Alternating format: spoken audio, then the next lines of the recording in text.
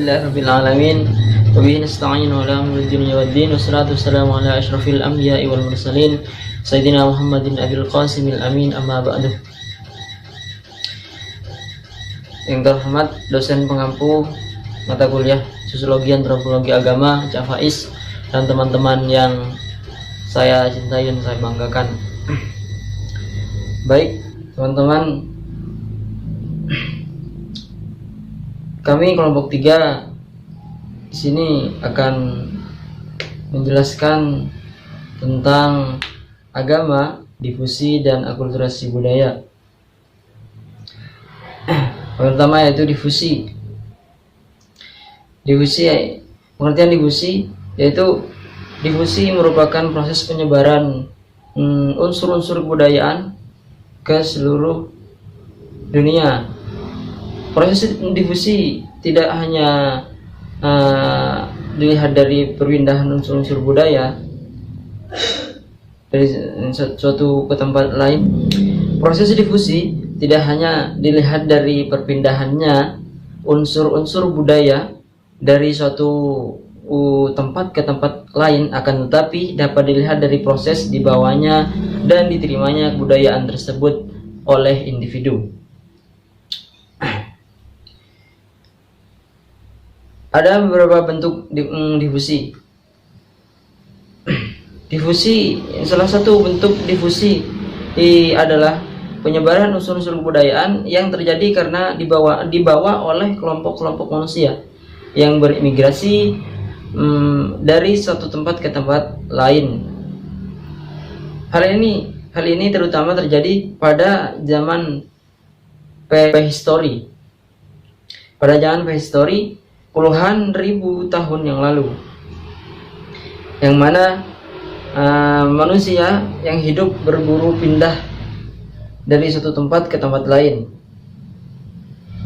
Tidak hanya terjadi ketika ada perpindahan dari suatu tempat ke tempat lain, akan tetapi juga dapat terjadi karena adanya individu-individu tertentu yang membawa unsur kebudayaan itu hingga jauh sekali. Individu-individu yang dimaksud adalah seperti sang pelaut, pedagang, ataupun para ahli agama. Cara yang pertama yaitu hubungan simbiotik, yang mana hubungan simbiotik adalah hubungan di mana dari kebudayaan itu masing-masing hampir tidak berubah. Contohnya di daerah pedalaman negara Kongo, Kamerun, Afrika Tengah dan Afrika Barat. Kemudian selanjutnya yaitu penetration Pasifik adalah hubungan pedagang. Hubungan pedagang ini mempunyai efek yang jauh lebih daripada hubungan simbiotik. Unsur-unsur budaya asing dibawa oleh pedagang masuk ke suatu daerah penerima kebudayaan dengan tidak sengaja ataupun tanpa paksaan. Umumnya ini dilakukan oleh para tokoh penyiar agama. Kemudian yang terakhir yaitu penetration violente, yaitu pemasukan secara kekerasan ataupun penetration violente, yaitu pemasukan secara paksaan ataupun secara tidak damai. Pemasukan ini disebabkan terjadi karena disebabkan peperangan ataupun peluasan wilayah kekuasaan. Penaklukan merupakan proses pertama dari masuknya kebudayaan ke suatu tempat. Kemudian proses selanjutnya yaitu penjajahan. Disinilah proses pemasukan unsur kebudayaan baru mulai berjalan. Untuk poin selanjutnya itu poin B, proses difusi akan dijelaskan oleh teman saya dan diri Rizaldi. Oke, bismillahirrahmanirrahim. Assalamualaikum warahmatullahi wabarakatuh. Baik, di sini saya akan menjelaskan tentang agama, difusi, dan akulturasi budaya. Yang di dalamnya terdapat di poin B, proses difusi. Nah, di sini saya akan menjelaskan sedikit tentang difusi. Difusi ini terdapat dua macam, yaitu difusi langsung dan difusi langsung dan difusi tidak langsung. Dalam difusi langsung ini, yaitu unsur kebudayaannya itu langsung menyebar dari suatu lingkup kebudayaan pemberi ke lingkup kebudayaan penerima. Jadi kebudayaan pemberi ini langsung menyebar dan diterima oleh lingkup kebudayaan penerima tadi. Sedangkan difusi tidak langsung, yaitu kebudayaan pemberi ini harus singgah dulu, harus berhenti dulu, harus stop dulu di suatu tempat, barulah bisa masuk dan menyebar ke lingkup kebudayaan penerima. Jadi berbeda antara difusi langsung dan tidak langsung. Sedangkan difusi langsung tadi dia spontan, langsung masuk, langsung menyebar dari dari lingkup pemberi ke lingkup kebudayaan penerima. Nah, sedangkan difusi tidak langsung tadi, itu dia harus singgah dulu suatu tempat, dia harus stop dulu, barulah bisa menyebarkan bisa masuk dari lingkup pemberi tadi ke lingkup penerima tadi. Nah, dalam difusi tidak langsung ini juga menimbulkan suatu bentuk difusi berangkai. Jika unsur-unsur kebudayaan yang telah diterima oleh suatu lingkup kebudayaan kemudian menyebar lagi pada lingkup kebudayaan lainnya secara berkelanjutan. Jadi ada selanjutnya itu akan muncul terus kayak gitu. Misalnya berbagai kontak budaya nih yang terjadi dalam masyarakat menyebabkan terjadinya difusi dalam struktur bahasa Indonesia. Proses difusi menyebabkan munculnya kosakata baru dalam bahasa Indonesia. Nah, dalam proses difusi menyebabkan munculnya kosakata baru dalam bahasa Indonesia, terdapat dua macam proses, yaitu difusi ekstern dan difusi ekstern dan difusi intern. Dalam difusi ekstern ini, yaitu penyerapan kosakata asing oleh bahasa Indonesia yang mengubah bahasa Indonesia ke arah yang lebih modern. Dampak dari difusi ekstern ini terlihat dari kreativitas orang Indonesia yang memadukan berbagai unsur bahasa asing sehingga menjelma menjadi bentuk kata-kata seperti gerilyawan, ilmuwan, sejarawan, Pancasilais. Selanjutnya itu akan muncul terus kayak gitu. Misalnya berbagai kontak budaya nih yang terjadi dalam masyarakat menyebabkan terjadinya difusi dalam struktur bahasa Indonesia. Proses difusi menyebabkan munculnya kosakata baru dalam bahasa Indonesia. Nah, dalam proses difusi menyebabkan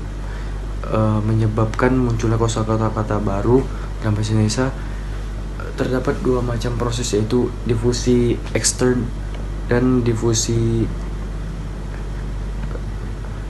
ekstern dan difusi intern. Dalam difusi ekstern ini, yaitu penyerapan kosakata asing oleh bahasa Indonesia yang mengubah bahasa Indonesia ke arah yang lebih modern. Dampak dari difusi ekstern ini terlihat dari kreativitas orang Indonesia yang memadukan berbagai unsur bahasa asing sehingga menjelma menjadi bentuk kata-kata seperti gerilyawan, ilmuwan, sejarawan, Pancasilais, agamis, dan lain-lain. Yang kedua, difusi intern, yaitu timbulnya hubungan timbal balik antara bahasa Indonesia dengan bahasa Jawa, seperti masuknya kata lugas, busana, dan pangan. Atau dengan bahasa Sunda, kata-kata nyeri, pekan, tahap, langkah.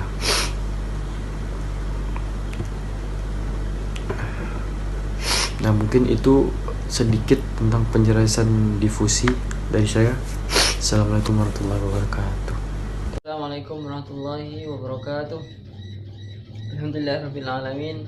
Wa bihi nasta'inu ala umuri dunya waddin. Wassalatu wassalamu ala asyrafil anbiya'i wal mursalin sayyidina Muhammadin abil qasimil amin, amma ba'du. Yang terhormat dosen pengampu mata kuliah Sosiologi Antropologi Agama Cak Faiz dan teman-teman yang saya cintai dan saya banggakan. Baik, setelah kita mendengar penjelasan tadi tentang difusi dan proses dari difusi itu sendiri.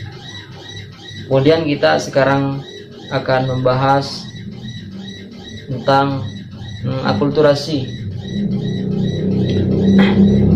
Baik, di sini saya akan sedikit menjelaskan tentang akulturasi. Akulturasi itu adalah sebagai proses percampuran dua budaya atau lebih yang saling bertemu dan saling mempengaruhi satu sama lain.